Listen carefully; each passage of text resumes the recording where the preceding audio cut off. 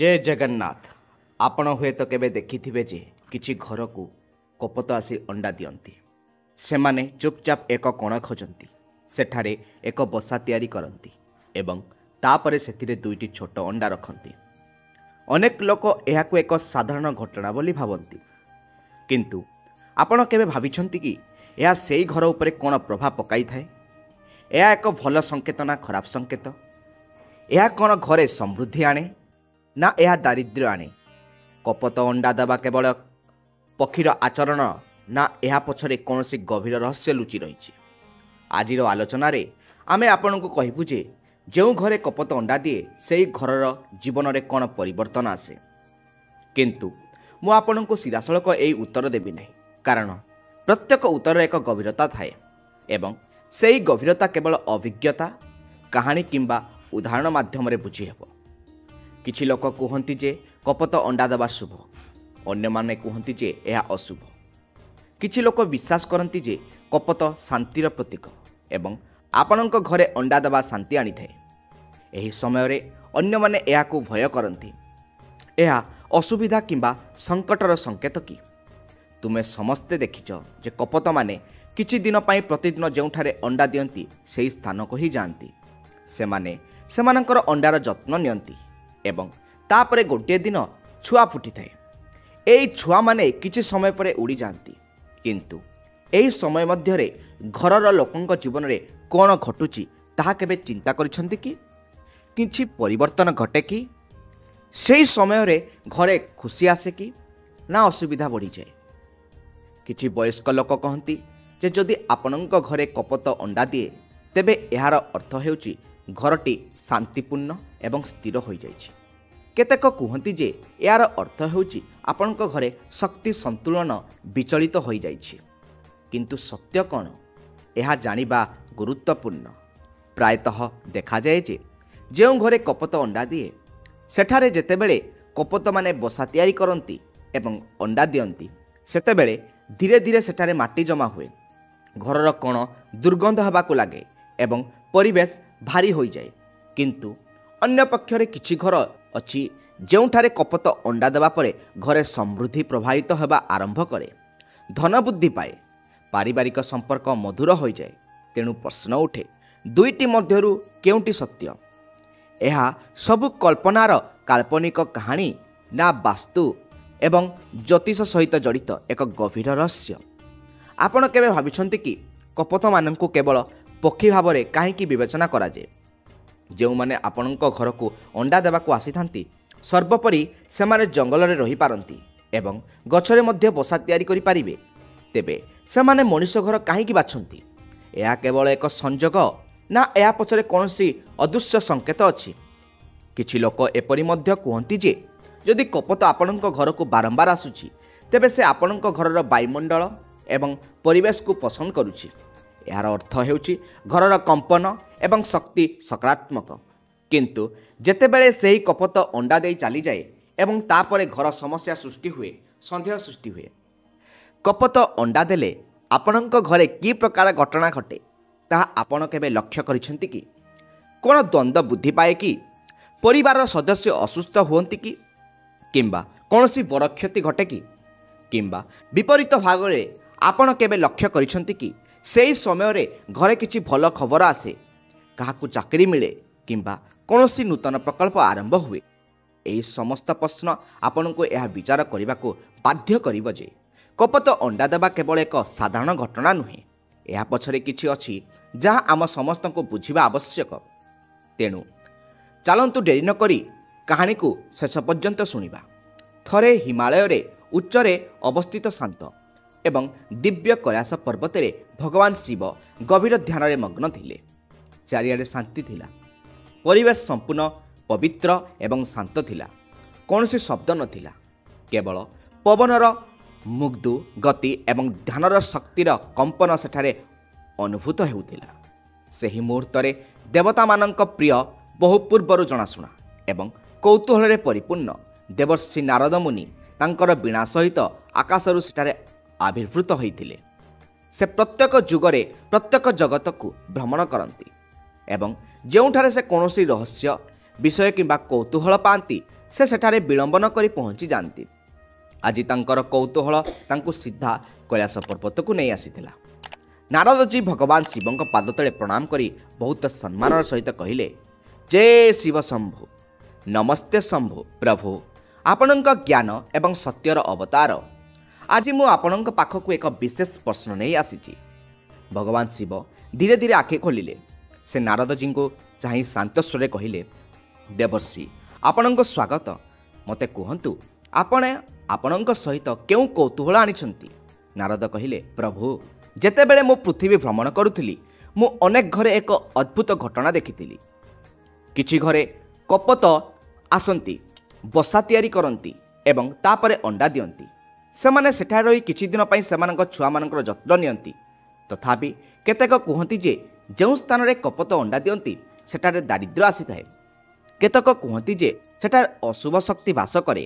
ସେତେବେଳେ ଅନ୍ୟ କେତେକ କୁହନ୍ତି ଯେ ଘର ପବିତ୍ର ଏବଂ ଶାନ୍ତିପୂର୍ଣ୍ଣ ହୋଇଯାଏ। ତେଣୁ ଏ ଭୋଲେନାଥ, ମୋର କୌତୂହଳ ହେଉଛି, ଯେଉଁ ଘରେ କପୋତ ଆସି ଅଣ୍ଡା ଦିଅନ୍ତି ସେଠାରେ ପ୍ରକୃତରେ କ'ଣ ଘଟେ? ଏହା ଶୁଭ କି ଅଶୁଭ? ବାସ୍ତୁ ଏବଂ ଜ୍ୟୋତିଷ ସହିତ ଏହାର କ'ଣ ସମ୍ପର୍କ? ଭଗବାନ ଶିବ ହସି ଦେଇ କହିଲେ, ନାରଦ, ଆଜି ତୁମେ ସମଗ୍ର ମାନବ ଜାତି ପାଇଁ ଏକ ଗୁରୁତ୍ୱପୂର୍ଣ୍ଣ ପ୍ରଶ୍ନ ଉଠାଇଛ। ଏହି ପ୍ରଶ୍ନ କେବଳ ପକ୍ଷୀମାନଙ୍କ ସହିତ ଜଡ଼ିତ ନୁହେଁ।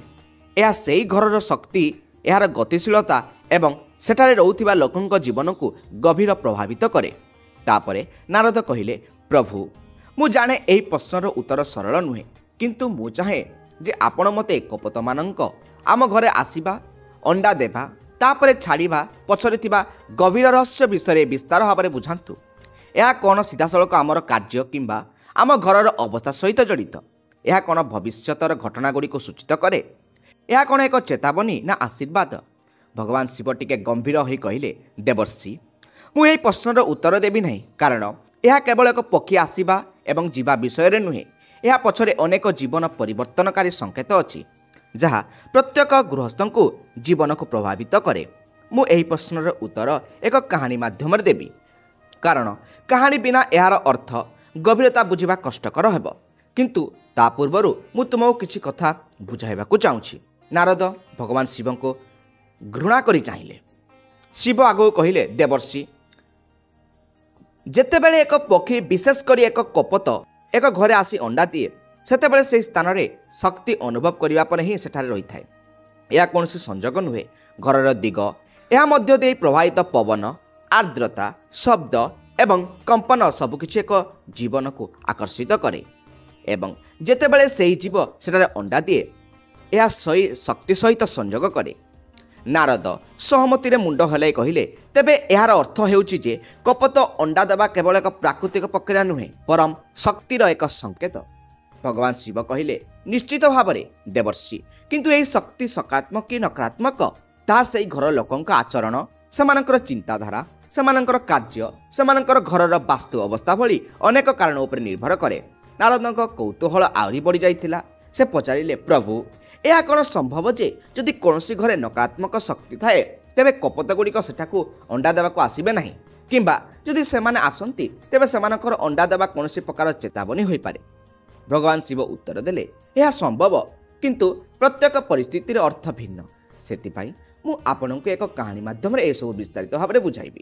ଏହି କାହାଣୀ ମାଧ୍ୟମରେ ମୁଁ ଆପଣଙ୍କୁ ଏହା ମଧ୍ୟ କହିବି ଯେ ଘରେ କପୋତଙ୍କ ଆଗମନ କିପରି ଜୀବନର ଦିଗ ବଦଳାଇପାରେ, କେତେବେଳେ ଶୁଭ, କେତେବେଳେ ଅଶୁଭ। ନାରଦ କହିଲେ, ପ୍ରଭୁ, ମୁଁ ଆପଣଙ୍କୁ କାହାଣୀ ଶୁଣିବାକୁ ସମ୍ପୂର୍ଣ୍ଣ ପ୍ରସ୍ତୁତ।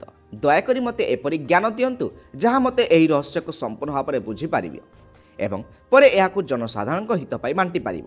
ଭଗବାନ ଶିବ କହିଲେ, ଦେବର୍ଷି, ଏହି କାହାଣୀ ଆରମ୍ଭ କରିବା ପୂର୍ବରୁ ମୁଁ ଚାହେଁ ଯେ ଆପଣ ଏହି ବିଷୟକୁ ଗଭୀର ଭାବରେ ବୁଝିବା ପାଇଁ ଆପଣଙ୍କ ମନକୁ ଏକାଗ୍ର କରନ୍ତୁ, କାରଣ ଏହା କେବଳ ଏକ କାହାଣୀ ହେବ ନାହିଁ, ଏହା ଜୀବନର ସେହି ଲକ୍ଷଣ ଗୁଡ଼ିକର ଜ୍ଞାନ ଯାହାକୁ ଲୋକମାନେ ପ୍ରାୟତଃ ଅଣଦେଖା କରନ୍ତି। ନାରଦ ହସି ଦେଇ କହିଲେ, ପ୍ରଭୁ, ମୁଁ ପ୍ରସ୍ତୁତ। ଦୟାକରି ଆପଣ ଯେପରି ଉପଯୁକ୍ତ ମନେ କରନ୍ତି ସେହିପରି କାହାଣୀ ଆରମ୍ଭ କରନ୍ତୁ।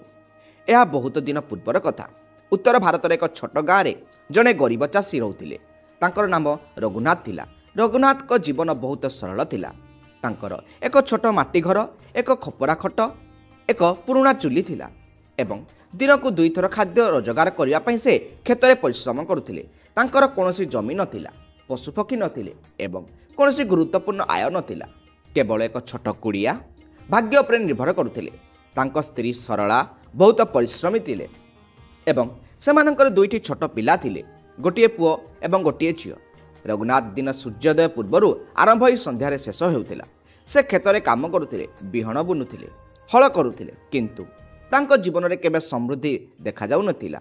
ଯେତେବେଳେ କିଛି ଭଲ ଘଟିବା କଥା ମନେ ହେଉଥିଲା, ସେତେବେଳେ କିଛି ସମସ୍ୟା ଅନିବାର୍ଯ୍ୟ ଭାବରେ ଉପୁଜୁଥିଲା। କେତେବେଳେ ମରୁଡ଼ି ହେଉଥିଲା, କେତେବେଳେ ଷଣ୍ଢ ଅସୁସ୍ଥ ହେଉଥିଲା, କେତେବେଳେ ମହାଜନ ଆସି ଋଣ ମାଗୁଥିଲା। କିନ୍ତୁ ଗୋଟିଏ କଥା ବିଶେଷ ଥିଲା, ରଘୁନାଥ ଜଣେ ଅତ୍ୟନ୍ତ ସଚ୍ଚୋଟ ପବିତ୍ର ହୃଦୟର ବ୍ୟକ୍ତି ଥିଲେ। ସେ କେବେ କାହାକୁ ଖରାପ ଭାବି ନଥିଲେ। ପ୍ରତିଦିନ ସକାଳେ ସେ ତାଙ୍କ ଘରେ ବାହାରେ ତୁଳସୀ ଗଛ ପାଖରେ ଏକ ଦୀପ ଜାଳି ଭଗବାନଙ୍କୁ ପ୍ରାର୍ଥନା କରୁଥିଲେ, ହେ ଭଗବାନ, ମୋତେ ଯଥେଷ୍ଟ ଦିଅ ଯାହାଦ୍ୱାରା ମୋ ପିଲାମାନଙ୍କୁ ଭୋକିଲା ଶୋଇବାକୁ ନ ପଡ଼ିବ। ଗୋଟିଏ ଦିନ ଗ୍ରୀଷ୍ମ ଋତୁ ଥିଲା। ରଘୁନାଥ କ୍ଷେତରୁ ଘରକୁ ଫେରିଲେ। ସେ ଛାତର କୋଣରେ ଥିବା ଏକ କାଠ ବିମ୍ ପାଖରେ କିଛି ଶୁଖିଲା ଡାଳ ପତ୍ର ଗଦା ହୋଇଥିବା ଦେଖିଲେ। ସେ ପ୍ରଥମେ ଏହା ଦେଖିପାରିଲେ ନାହିଁ, କିନ୍ତୁ ପରଦିନ ସେଠାରେ ବସିଥିବା ଏକ କପୋତକୁ ଦେଖିଲେ। ତାପରେ ଧୀରେ ଧୀରେ ଦୁଇଟି କପୋତ ସେଠାକୁ ଆସିବାକୁ ଲାଗିଲେ। ଦିନ ବିତିବା ସହ ସେମାନଙ୍କ ସେଠାରେ ଏକ ବସା ତିଆରି କଲେ। ସରଳା ରଘୁନାଥକୁ କହିଲେ, ଦେଖ, କପୋତମାନେ ଆମ ଘରେ ଏକ ବସା ତିଆରି କରିଛନ୍ତି। ତେବେ ମନେ ହେଉଛି ସେମାନେ ଏଠାରେ ରହିବା ପାଇଁ ଆସିଛନ୍ତି। ରଘୁନାଥ ହସି କହିଲେ, ସେମାନଙ୍କୁ ରହିବାକୁ ଦିଅ। ସେମାନେ ମଧ୍ୟ ଈଶ୍ୱରଙ୍କ ପ୍ରାଣୀ। ହୁଏତ ସେମାନେ ଆମ ଘରର ଶାନ୍ତି ପସନ୍ଦ କରନ୍ତି। କିଛି ଦିନ ପରେ ସରଳା ବସା ଭିତରକୁ ଦୁଇଟି ଅଣ୍ଡା ଦେଖିଲା। କପୋତ ପ୍ରତିଦିନ ଆସୁଥିଲା ଏବଂ ଯାଉଥିଲା। ସେମାନଙ୍କ କୁହୁ କୁହୁ ଶବ୍ଦ ସାରା ଘରେ ପ୍ରତିଧ୍ୱନିତ ହେଉଥିଲା। ଘରେ ଏକ ଅଜବ ପରିବର୍ତ୍ତନ ଅନୁଭୂତ ହୋଇଥିଲା। ରଘୁନାଥ ଏବଂ ସରଳା ଏହି ପରିବର୍ତ୍ତନ ଭଲ କି ଖରାପ ତାହା ନିଶ୍ଚିତ ନଥିଲେ। ପ୍ରଥମ କିଛି ଦିନ ପାଇଁ ସେମାନେ ଅନୁଭବ କଲେ ଯେ କିଛି ଭଲ ଆସୁଛି, କିନ୍ତୁ ତାପରେ ଧୀରେ ଧୀରେ ସମସ୍ୟା ବଢ଼ିବାକୁ ଲାଗିଲା। ପ୍ରଥମେ ରଘୁନାଥଙ୍କ କ୍ଷେତରେ ବୁଣାଯାଇଥିବା ବିହନ ହଠାତ୍ ଶୁଖିବାକୁ ଲାଗିଲା। ତାପରେ ତାଙ୍କ ପୁଅ ଜ୍ୱରରେ ଅସୁସ୍ଥ ହୋଇପଡ଼ିଲେ ଏବଂ ଔଷଧ ପାଇଁ ତାଙ୍କ ପାଖରେ ଥିବା ଅଳ୍ପ ଟଙ୍କା ଖର୍ଚ୍ଚ ହୋଇଗଲା। କିଛି ଦିନ ମଧ୍ୟରେ ଘର ଖାଦ୍ୟ ଅଭାବରୁ ବର୍ତ୍ତିଗଲା। ରଘୁନାଥ ବିଚଳିତ ହୋଇଗଲେ। କପୋତ ଆସିବା ଯୋଗୁଁ ଏସବୁ ଘଟୁଛି କି? ଏହା କ'ଣ ଏକ ସଙ୍କେତ? କିନ୍ତୁ ତାଙ୍କ ମା କହିଲେ ନାହିଁ, ଏହା କେବଳ ଏକ ସଂଯୋଗ ଥିଲା। କପୋତ କିପରି କାହାକୁ କ୍ଷତି କରିପାରିବ? ସେମାନେ ଶାନ୍ତିର ପ୍ରତୀକ। କିନ୍ତୁ ଗାଁର କିଛି ବୟସ୍କ ଲୋକ କହିବାକୁ ଲାଗିଲେ, ରଘୁନାଥ, କପୋତ ତୁମ ଘରେ ଅଣ୍ଡା ଦେଉଛି। ଏହା ଭଲ ନୁହେଁ, ଏହା ଦାରିଦ୍ର୍ୟର ସଙ୍କେତ। ସେ ଶୀଘ୍ର ବସାଟିକୁ ହଟାଇ ଦେବା ଉଚିତ। ରଘୁନାଥ ଦ୍ୱନ୍ଦ୍ୱରେ ପଡ଼ିଲେ। ସେ କପୋତମାନଙ୍କୁ କ୍ଷତି କରିବାକୁ ଚାହୁଁନଥିଲେ, କିନ୍ତୁ ତାଙ୍କ ପିଲାମାନଙ୍କର ଭୋକ, ତାଙ୍କ ସ୍ତ୍ରୀଙ୍କ ପାଇଁ ଚିନ୍ତା ଏବଂ ତାଙ୍କ ନିଜର କ୍ଳାନ୍ତି ତାଙ୍କୁ ଖଣ୍ଡ ଖଣ୍ଡ କରିଦେଇଥିଲା। ଗୋଟିଏ ରାତିରେ ସେ ତାଙ୍କ ଘରର ଅଗଣାରେ ବସିଥିଲେ। ଆକାଶରେ ଚନ୍ଦ୍ର ଅଧା ଥିଲା। କପୋତମାନେ କୁ କୁ କରୁଥିଲେ। ସେ କପୋତଗୁଡ଼ିକୁ ଚାହିଁ ଧୀରେ କହିଲେ, ଯଦି ତୁମର ଉପସ୍ଥିତି ମୋ ଘରର ଦୁଃଖ ସୃଷ୍ଟି କରୁଛି, ଦୟାକରି ମୋତେ କ୍ଷମା କର, କିନ୍ତୁ ମୁଁ ତୁମକୁ କିପରି ବାହାର କରିଦେବି? ତୁମେ ମଧ୍ୟ ମୋ ପରି ଏହି ପୃଥିବୀର ପ୍ରାଣୀ। ତାଙ୍କ ଆଖିରେ ଲୁହ ଝରି ପଡ଼ିଲା। ସେ ଦାରିଦ୍ର୍ୟ, ପ୍ରଶ୍ନ ଏବଂ ତାଙ୍କ ପ୍ରିୟଜନଙ୍କ ଦୁଃଖରେ କ୍ଳାନ୍ତ ହୋଇଯାଇଥିଲେ। ଆଉ କିଛି ଦିନ ବିତିଗଲା। ସରଳାଙ୍କ ସ୍ୱାସ୍ଥ୍ୟ ମଧ୍ୟ ଖରାପ ହେବାକୁ ଲାଗିଲା। ସେ ରଘୁନାଥ ଗାଁ ମନ୍ଦିରକୁ ଯାଇ ସାଧୁବାବାଙ୍କୁ ଭେଟିବାକୁ ନିଷ୍ପତ୍ତି ନେଲେ, ଯିଏ ପ୍ରତି ଶନିବାର ଗାଁକୁ ଆସୁଥିଲେ ଏବଂ ଲୋକଙ୍କ କଥା ଶୁଣୁଥିଲେ। କିନ୍ତୁ ଶନିବାର ଆସିବା ପୂର୍ବରୁ ଏପରି କିଛି ଘଟଣା ଘଟିଲା ଯାହା ରଘୁନାଥଙ୍କୁ ହୃଦୟ ଥରାଇ ଦେଲା। ଗୋଟିଏ ରାତିରେ ଏକ ପ୍ରବଳ ଝଡ଼ ଆସିଲା। ବର୍ଷା ମଧ୍ୟ ତୀବ୍ର ହୋଇଥିଲା। ବସାରୁ ଗୋଟିଏ ଅଣ୍ଡା ପଡ଼ି ଭାଙ୍ଗିଗଲା। ସେ ସେତେବେଳେ ଉଠିଲେ ତାଙ୍କ ଝିଅ ହଠାତ୍ ଅସୁସ୍ଥ ହୋଇପଡ଼ିଲା ଏବଂ ଅଚେତ ହୋଇଗଲା। ରଘୁନାଥ ନିଷ୍ପତ୍ତି ନେଲେ, ଏସବୁ ଆଉ ନୁହେଁ। ମୁଁ ଜଣେ ଜ୍ଞାନୀ ସନ୍ଥକୁ ଯାଇ ପଚାରିବି ଯେ ଏସବୁ କାହିଁକି ଘଟୁଛି। ଅଣ୍ଡା ଦେଉଥିଲା କପଟଟି କ'ଣ ପ୍ରକୃତରେ ମୋ ଜୀବନରେ ଦୁର୍ଭାଗ୍ୟ ଆଣୁଛି? ତାପରେ ଯେପରି ଭାଗ୍ୟ ଆସିଗଲା, ଗାଁକୁ ଖବର ଆସିଲା ଯେ ଦୂରରୁ ଜଣେ ଦିବ୍ୟ ସନ୍ଥ ଆସିବେ। ସେ କାହାକୁ ଉପଲବ୍ଧ ନୁହନ୍ତି, କିନ୍ତୁ ଯେଉଁମାନେ ନିୟନ୍ତ୍ରଣ କରନ୍ତି ସେମାନଙ୍କ ଜୀବନର ଅନ୍ଧକାର ସ୍ୱୟଂ ଚାଳିତ ଭାବରେ ଦୂର ହୋଇଯାଏ। ଏହା ଶୁଣି ରଘୁନାଥ ଆଖିରେ ଆଶାର କିରଣ ପ୍ରକାଶ ପାଇଲା। ସେ ମନେ ଭାବିଲେ, ଯଦି ସେହି ସନ୍ଥ ଆମ ଗାଁକୁ ଆସନ୍ତି, ତେବେ ମୁଁ ତାଙ୍କ ପାଦ ତଳେ ବସି ତାଙ୍କୁ ମୋର କାହାଣୀ କହିବି। ମୁଁ ଯେତେ ଭିଡ଼ ହେଉନା କାହିଁକି, ଯଦି ମୋତେ ଠିଆ ହେବାକୁ ପଡ଼େ, ମୁଁ ନିଶ୍ଚିତ ଭାବରେ ତାଙ୍କ ପାଖକୁ ଯିବି। ଏବଂ ସେହି ଦିନ ଆସିବା ମାତ୍ରେ ସମଗ୍ର ଗାଁ ତାଙ୍କ ପାଖକୁ ଗୋଟିଏ ଝଲକ ପାଇବା ପାଇଁ ମନ୍ଦିରକୁ ଧାଇଁ ଆସିଥିଲେ। ରଘୁନାଥ ଭିଡ଼ ମଧ୍ୟରେ ଥିଲେ। ଏବେ ଆସନ୍ତୁ କାହାଣୀର ସେହି ବିନ୍ଦୁକୁ ଆସିବା ଯେଉଁଠାରେ ଦିବ୍ୟ ସନ୍ଥ ଗାଁରେ ପହଞ୍ଚିଥିଲେ ଏବଂ ରଘୁନାଥ ତାଙ୍କର ସମସ୍ତ ଯନ୍ତ୍ରଣା ଏବଂ ପ୍ରଶ୍ନ ସହିତ ତାଙ୍କ ପାଦ ପାଖରେ ବସିଥିଲେ। ମନ୍ଦିର ବାହାରେ ଏକ ବିରାଟ ଭିଡ଼ ଥିଲା, କିନ୍ତୁ ଯେତେବେଳେ ସନ୍ଥ ତାଙ୍କର ଆଖି ଖୋଲିଲେ, ତାଙ୍କର ଦୃଷ୍ଟି ସିଧାସଳଖ ରଘୁନାଥଙ୍କ ଉପରେ ପଡ଼ିଲା। ସେ ହସି ହାତ ଦେଇ ଲଙ୍ଗିତ କଲେ, ପୁଅ ଆସ, ମୋର ତୁମକୁ କିଛି କହିବାର ଅଛି। ରଘୁନାଥ ଥରି ଥରି ଭିଡ଼ ମଧ୍ୟ ଦେଇ ତାଙ୍କ ପାଦ ତଳେ ପ୍ରଣାମ କଲେ। ତାଙ୍କ ଆଖିରେ ଲୁହ ଝରି ଆସିଲା। ରଘୁନାଥ କହିଲେ, ମହାରାଜ ମୁଁ ବହୁତ ଦୁଃଖିତ। କପୋତମାନେ ମୋ ଘରେ ବସା ତିଆରି କରିଥିଲେ, ସେମାନେ ଅଣ୍ଡା ଦେଇଥିଲେ ଏବଂ ସେବେଠାରୁ ମୋ ଜୀବନରେ ଉପରେ ଦୁଃଖର ପାହାଡ଼ ପଡ଼ିଛି। କ୍ଷେତ ନଷ୍ଟ ହୋଇଗଲା, ପିଲାଟି ଅସୁସ୍ଥ ହୋଇଗଲା, ମୋ ସ୍ତ୍ରୀ ମଧ୍ୟ ଅସୁସ୍ଥ। କିଛି ଲୋକ କୁହନ୍ତି ଯେ କପୋତ ପାଇଁ ଅଣ୍ଡା ଦେବା ଏକ ଅଶୁଭ, କିନ୍ତୁ ମୁଁ ସତ୍ୟ ବୁଝିପାରୁନାହିଁ। ଦୟାକରି ମୋତେ ରାସ୍ତା ଦେଖାନ୍ତୁ। ସନ୍ଥ ଧ୍ୟାନ ଦେଇ ଶୁଣିଲେ, ତାପରେ ଏକ ଶାନ୍ତ ସ୍ୱରରେ କହିଲେ ଯେ ପୁତ୍ର, ଏହି ପ୍ରଶ୍ନ କେବଳ ତୁମର ନୁହେଁ, ଏହା ପ୍ରତ୍ୟେକ ବ୍ୟକ୍ତିଙ୍କର ପ୍ରଶ୍ନ। ଯାହାଙ୍କ ଘରକୁ ପକ୍ଷୀ ଆସିଥାଏ, ବିଶେଷ କରି ଏକ କପୋତ ଏବଂ ଅଣ୍ଡା ଦେଇଥାଏ, ଲୋକମାନେ ଅନ୍ଧ ଭାବରେ ଏହାକୁ ଶୁଭ କିମ୍ବା ଅଶୁଭ ବୋଲି ଭାବନ୍ତି, କିନ୍ତୁ ସତ୍ୟ ଏହାଠାରୁ ବହୁତ ଗଭୀର। ଧ୍ୟାନ ଦେଇ ଶୁଣ। ମୁଁ 3ଟି ପଏଣ୍ଟ ମାଧ୍ୟମରେ ଏହାର ଉତ୍ତର ଦେବି। ପ୍ରଥମେ ବୁଝନ୍ତୁ ଯେ ସମାଜରେ ପ୍ରସାରିତ ହେଉଥିବା ଗୁଜବ ସର୍ବଦା ସମ୍ପୂର୍ଣ୍ଣ ସତ୍ୟ ନୁହେଁ। କେତେକ କହିପାରନ୍ତି ଯେ କପୋତର ଅଣ୍ଡା ଅଶୁଭ, ଯେତେବେଳେ ଅନ୍ୟମାନେ କହିପାରନ୍ତି ଯେ ଏହା ଶୁଭ, କିନ୍ତୁ ଉଭୟ କଥା ପଛରେ ସମ୍ପୂର୍ଣ୍ଣ ସତ୍ୟ ନାହିଁ। ପ୍ରାୟତଃ ଆମେ ଗୋଟିଏ ଘଟଣା ଉପରେ ଆଧାର କରି ଏକ ସମ୍ପୂର୍ଣ୍ଣ ପ୍ରସଙ୍ଗର ବିଚାର କରୁ। ଉଦାହରଣ ସ୍ୱରୂପ, ଯଦି କେହି କପୋତ ଅଣ୍ଡା ଦେବା ପରେ ଖରାପ ସମୟ ଅନୁଭବ କରନ୍ତି, ତେବେ ସେମାନେ କୁହନ୍ତି ଯେ ଏହା ଅଶୁଭ, କିନ୍ତୁ ସେମାନେ କେବେ ବିଚାର କରିଥିଲେ କି ସେହି ଖରାପ ସମୟ ପୂର୍ବରୁ ଆସୁଥିଲା କି ତାଙ୍କ ଘରେ ପୂର୍ବରୁ କିଛି ଭୁଲ ଥିଲା କି ତାଙ୍କର କାର୍ଯ୍ୟ, ତାଙ୍କର ସ୍ୱଭାବ କିମ୍ବା ତାଙ୍କ ଆଚରଣ ପୂର୍ବରୁ ତ୍ରୁଟିପୂର୍ଣ୍ଣ ଥିଲା କି? ଲୋକମାନେ ପ୍ରାୟତଃ ସମାନ କଥାକୁ ବାରମ୍ବାର ଦୋହରାଇ ବିଶ୍ୱାସ କରନ୍ତି। ଏହା ହିଁ ସତ୍ୟ। ତେଣୁ ପୁଅ, ତୁରନ୍ତ ଭୟଭୀତ ହୁଅ ନାହିଁ କିମ୍ବା ଚିନ୍ତା ନ କରି ଏହାକୁ ଭାଗ୍ୟ ବୋଲି ଗ୍ରହଣ କର ନାହିଁ। ଦ୍ୱିତୀୟ ସବୁଠାରୁ ଗୁରୁତ୍ୱପୂର୍ଣ୍ଣ କଥା ହେଉଛି, ଯେତେବେଳେ ଏକ ପକ୍ଷୀ, ବିଶେଷ କରି ଏକ କପୋତ ତୁମ ଘରେ ଅଣ୍ଡା ଦିଏ, ଏହା ଏକ ସଂକେତ ପଠାଉଛି। ପକ୍ଷୀଟି କାରଣ ବିନା ଆସେ ନାହିଁ। ଏହା ତୁମ ଘରର ପବନ, ଶାନ୍ତି ଏବଂ ଶକ୍ତିକୁ ଅନୁଭବ କରେ। ଯଦି ଘର ଶାନ୍ତିପୂର୍ଣ୍ଣ, ତେବେ ସେ ସେଠାରେ ତା'ର ବସା ତିଆରି କରେ, କିନ୍ତୁ ଯଦି ସେଠାରେ ଓଦା, ମଇଳା, ଏକାକିତା କିମ୍ବା ଭଙ୍ଗା ସ୍ଥାନ ଥାଏ, ତେବେ ସେ ସେଠାରେ ମଧ୍ୟ ଆସେ, କାରଣ ସେ ଅନୁଭବ କରେ ଯେ କେହି ତାକୁ ରୋକିବେ ନାହିଁ। ଭାବେ ଯେ ତୁମ ଘରେ ଏପରି କପୋତ କ'ଣ ଥିଲା ଯାହା ଆସିବାକୁ ବାଧ୍ୟ କରିଥିଲା? ଏହା ତୁମ ଘରର ସକାରାତ୍ମକ ଶକ୍ତି ଦ୍ୱାରା ଆଙ୍କିତ ଥିଲା କି, ନା ଏହା ଖାଲିଦାରେ ବୁଡ଼ି ରହିଥିବା ପରି ଅନୁଭବ କରିଥିଲା କି? ଏହା ବୁଝିବା ଗୁରୁତ୍ୱପୂର୍ଣ୍ଣ।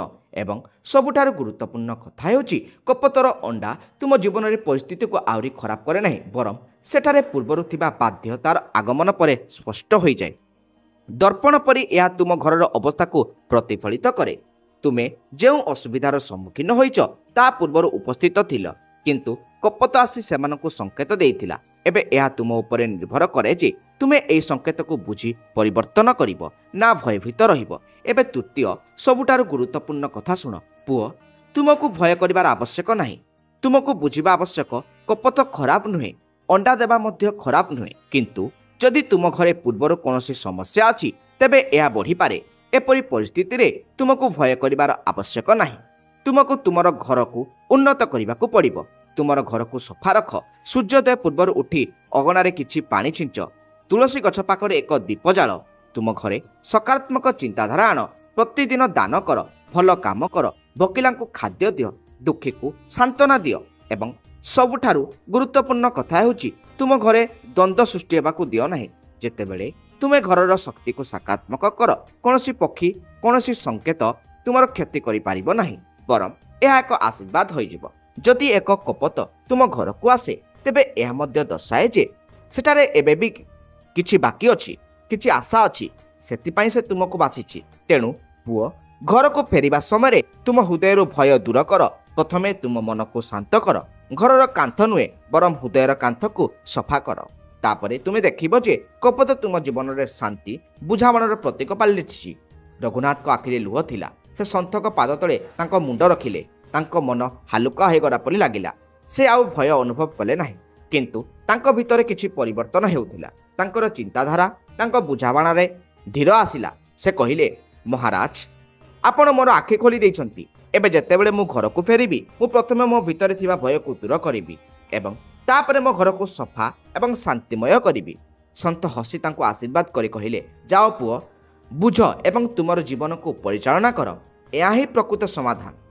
କାହାଣୀ ଶେଷ କରି ଭଗବାନ ଶିବ ନାରଦକୁ ଚାହିଁ ହସି କହିଲେ, ନାରଦଜୀ, ଏବେ ମୁଁ ଆଶା କରୁଛି ତୁମେ ତୁମର ସମସ୍ତ ପ୍ରଶ୍ନର ଉତ୍ତର ପାଇବ। ତୁମ ମନରେ ଆଉ କୌଣସି ସନ୍ଦେହ ନଥିବ। ନାରଦ ହାତ ଯୋଡ଼ି ଭାବପ୍ରବଣ ହୋଇ କହିଲେ, ପ୍ରଭୁ, ଆଜି ମୁଁ ଆପଣଙ୍କ ମୋର ଆଖି ଖୋଲିଦେଲେ। ଏବେ ମୁଁ ବୁଝିପାରୁଛି ଯେ ପ୍ରତ୍ୟେକ ସଂକେତକୁ ଭୟ ନୁହେଁ, ବରଂ ବୁଝିବା ସହିତ ଦେଖିବା ଉଚିତ। ଆପଣ ଯାହା ସେୟାର କରିଥିଲେ ତାହା କେବଳ ମୋର କୌତୂହଳ ଉତ୍ତର ନୁହେଁ ବରଂ ସମଗ୍ର ମାନବ ଜାତି ପାଇଁ ଏକ ଶିକ୍ଷା ଥିଲା। ଏବେ ମୁଁ ଏହି ଜ୍ଞାନକୁ ସମଗ୍ର ବିଶ୍ୱରେ ପ୍ରସାରିତ କରିବି। ଯଦି କେବେ ଏକ କପୋତ ତୁମ ଘରକୁ ଆସି ଅଣ୍ଡା ଦିଏ ତେବେ ଭୟ କର ନାହିଁ। ଭାବ ନାହିଁ ଯେ ଦାରିଦ୍ର୍ୟ କିମ୍ବା ଖରାପ ସମୟ ତୁମ ଜୀବନରେ ଆସିବ। ସତ୍ୟ ହେଉଛି ଅଣ୍ଡା ଦେଉଥିବା କପୋତ ଅଭିଶାପ ନୁହେଁ, ଏହା କେବଳ ଏକ ସଂକେତ। ତୁମ ଘରର ଶାନ୍ତି ପାଇଁ ହେଉ କିମ୍ବା ତୁମକୁ କହିବା ପାଇଁ ହେଉ ଯେ ଏବେ ତୁମକୁ ତୁମ ଜୀବନ ତୁମ ଘରର ପରିବେଶକୁ ଆହୁରି ଟିକେ ଉନ୍ନତ କରିବାକୁ ପଡ଼ିବ। ବୁଦ୍ଧିମାନରେ କଥା ହେଉଛି ଭୟଭୀତ ହେବା ପରିବର୍ତ୍ତେ ଶୋଇବା, ଉନ୍ନତି କରିବା ଏବଂ ସକାରାତ୍ମକ ହେବା।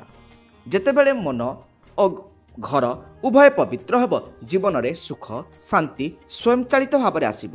ଯଦି ତୁମକୁ ଆଜିର ପ୍ରବଚନ ପସନ୍ଦ ଆସିଛି ତେବେ ଭିଡ଼ିଓକୁ ଲାଇକ୍ କରନ୍ତୁ ଏବଂ ଚ୍ୟାନେଲକୁ ସବସ୍କ୍ରାଇବ୍ କରନ୍ତୁ ଏବଂ ତଳେ ଯାଇଥିବା କମେଣ୍ଟ ବକ୍ସରେ ରାଧେ ରାଧେ ଲେଖିଦିଅନ୍ତୁ।